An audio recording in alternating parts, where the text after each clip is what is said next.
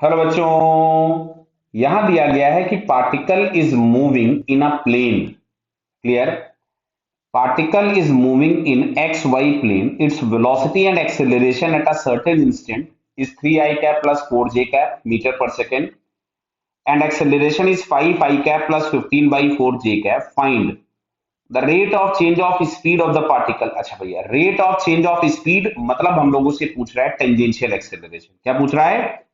Tangential acceleration. ये बात तुरंत क्लियर हो जानी चाहिए। देखो यहां कहीं पे हमने बना दिया मान लो वेलोसिटी वेक्टर, और यहां कहीं पे हम बना देते हैं एक्सेलरेशन वेक्टर। क्लियर है क्या बताइए? तो अब सुनो, एक्सेलरेशन के दो कंपोनेंट्स होते हैं। एक जो वेलोसिटी की लाइन में होता है उसको हम बोलते हैं टेंजेंशियल, और एक जो वेलोसिटी के परपेंडिकुलर होता है हम उसको बोलते हैं सेंट्रीपिटल। तो बेटा इधर की तरफ में जो कंपोनेंट आ रहा है that is a cos theta, और इसी को हम लोग लिखेंगे ए टेंजेंशियल।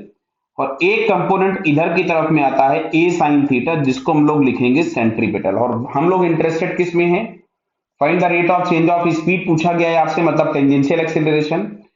तो टेंजेंशियल एक्सेलरेशन बराबर ए कॉस थीटा। तो हमको कुछ भी करके ए कॉस थीटा की वैल्यू निकालनी है, तो ये कोई नया काम नहीं है। देखो हमको वेलोसिटी वेक्टर दिया था, कितना दिया है ये?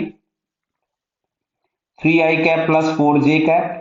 और एक्सेलरेशन वेक्टर हमारे पास दिया था कितना? 5 i cap plus 15 by 4 J cap.